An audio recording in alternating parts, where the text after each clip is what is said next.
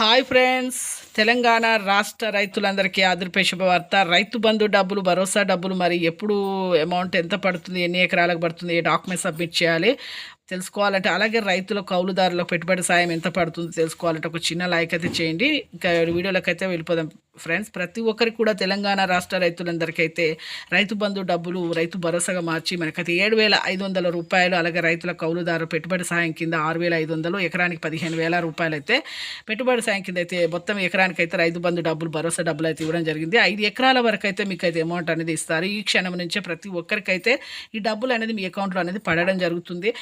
Documents అయితే patta passbook xerox, Aadhaar card xerox, అలాగే మీ బ్యాంక్ పాస్బుక్ రన్నింగ్లో ఉండాలండి. ఈకేవైసీ చేసుకోండి. Phone number Aadhaar card phone number, మళ్ళీ మీ బ్యాంక్ అకౌంట్ లింక్ చేసుకోండి.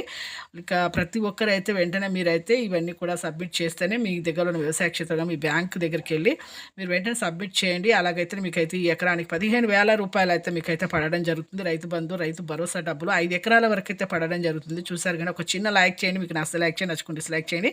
ప్రతి ఒక్కరికి కూడా ఇన్ఫర్మేషన్ అనేది యూజ్ అవుతుంది. ఒక చిన్న లైక్ వల్ల వాళ్ళకు కూడా ఇన్ఫర్మేషన్ అనేది యూజ్ అవుతుంది అనమాట. ప్రతి ఒక్కరైతే చూసి వాళ్ళకు కూడా చెప్పొచ్చు కదండి. ఈ యొక్క ఇన్ఫర్మేషన్ అనేది వాళ్ళకు కూడా యూజ్ కావడం అందరికీ మంచిదే కదండి.